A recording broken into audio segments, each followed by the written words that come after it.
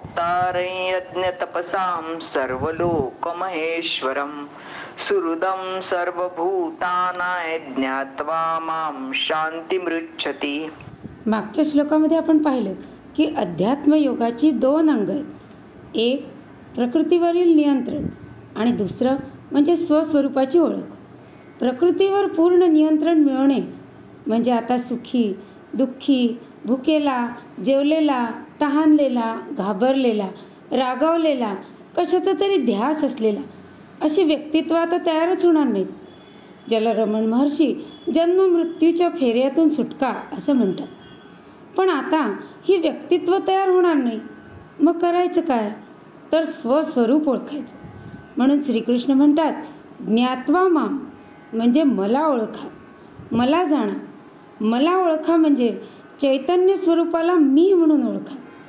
इतर कोणतंही ज्ञान आपण घेतो तेव्हा ज्ञाता आणि ज्ञेय हे वेगळे वेगळे असतात. म्हणजे मी एखाद्या वस्तूचा, प्राण्याचा अभ्यास करते तेव्हा त्याचे गुणधर्म समजून घेते, त्याबरोबर त्याच्या अनुभवाचा काही कधी प्रश्न येत नाही, कारण ती वस्तू माझ्यापासून वेगळीच आहे. पण ज्ञात्याने ज्ञेय बनणे ही ज्ञानाची पराकाष्ठा आहे. झेन परंपरेमध्ये एक गोष्ट येते की एक शिष्य म्हणतो की गुरुजी, ज्ञान कसं मिळवायचं ते मला शिकवा. गुरु म्हणाले की काही हरकत नाही, जा तू मांजरांविषयी ज्ञान करून घे आणि मला ते सांगायला ये. शिष्य 2 वर्ष मांजरांचा इत्थंभूत अभ्यास करत होता.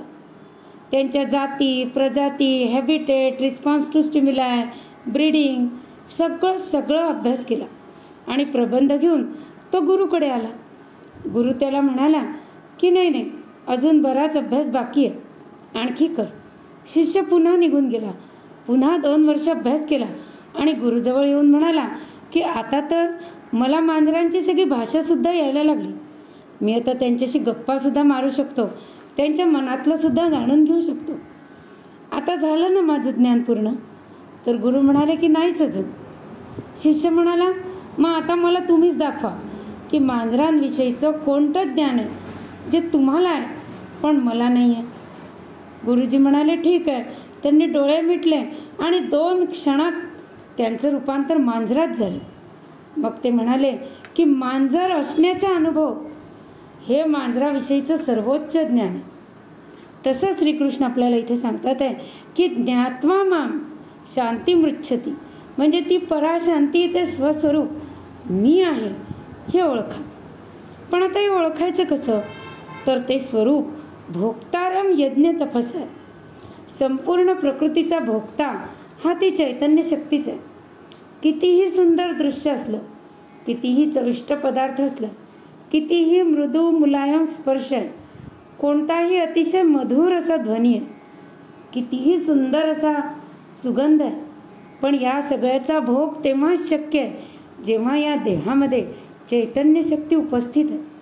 आणि म्हणूनच भागवत महापुराणात प्रत्येक इंद्रियांच्या देवता दिलेल्या, जशी डोळ्याची देवता सूर्य, कानाची दिग्देवता, इंद्रियांना प्राप्त भोग हे त्या देवतांची पूजा आहे. हे समजलं तर भोगवृत्तीचा प्रश्नच येत नाही. पण आपण फक्त कल्पना करतो की तो भोग आपल्याला प्राप्त आहे आणि मग इच्छा, भय, क्रोध याने उगीचच ग्रस्त होतो.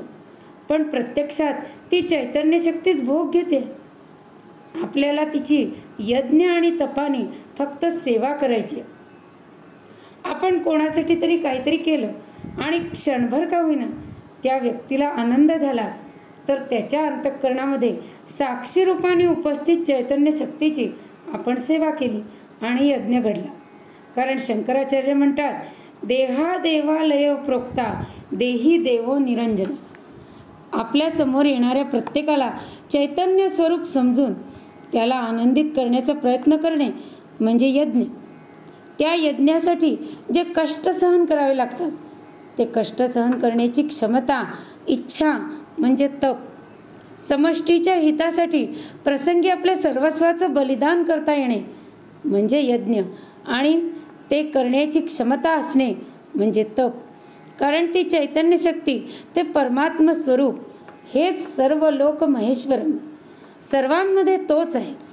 आपण शुद्ध अंतःकरणाने सगळ्यांशी प्रेमाने वागलो तर प्रत्येकजण आपल्याशी प्रेमाने वागेल असं अजिबातच नाही आहे.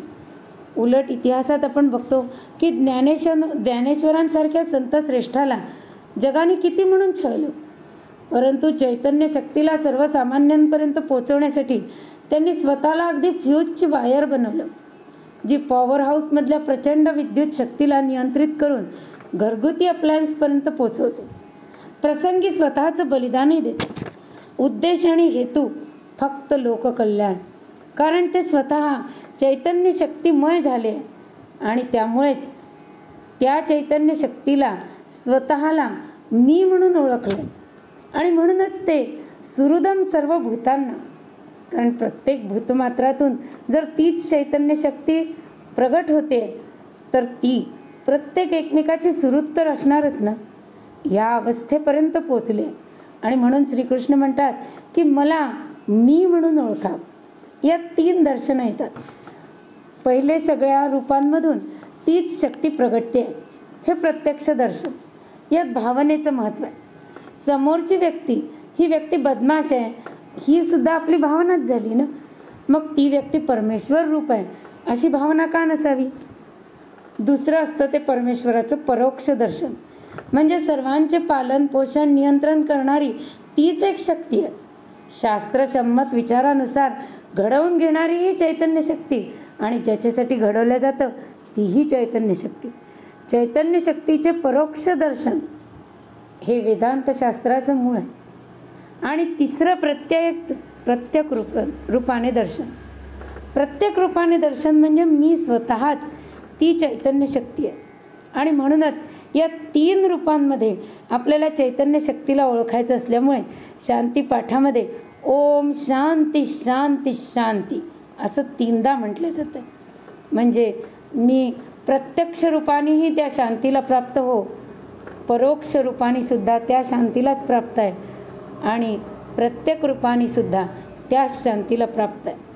म्हणजे ज्ञात्वा माम हे रूप ज्या क्षणी मी ओळखीन त्या क्षणी मुक्ती शांती आत्मसाक्षात्कार सर्व हात जोडून समोर आहे. जसं एखादी वस्तू आपल्याला सापडत नसली तर आपल्यामध्ये विक्षेप निर्माण होतो, आपण सैरभैर होतो. पण ती वस्तू एकदा का दिसली की लगेच प्राप्तच झाली, विक्षेपच संपला. तसं ही शांती ही मुक्ती आपल्याला त्या क्षणीच मिळते ज्या क्षणी आपल्याला स्वस्वरूप कळलं. यात आपण 2 भाग बघितले. पहिला भाग म्हणजे प्रकृतीवर नियंत्रण मिळवणे आणि दुसरा स्वस्वरूपाची ओळख. प्रकृतीवर नियंत्रण मिळवण्यामध्ये कर्तृत्वाला वाव आहे, प्रयत्नांची आवश्यकता आहे. परंतु प्रयत्न आणि मेहनतीने प्रकृतीवर नियंत्रण मिळवताना व्यक्तित्व अतिशय कठीण होत जातं, कारण अभिमान जागृत होतो. कारण माणसाला सगळ्यात जास्त अभिमान हा स्वतःच्या त्यागाचा असतो. म्हणून कबीर सांगतात की माया त्यजीन जय.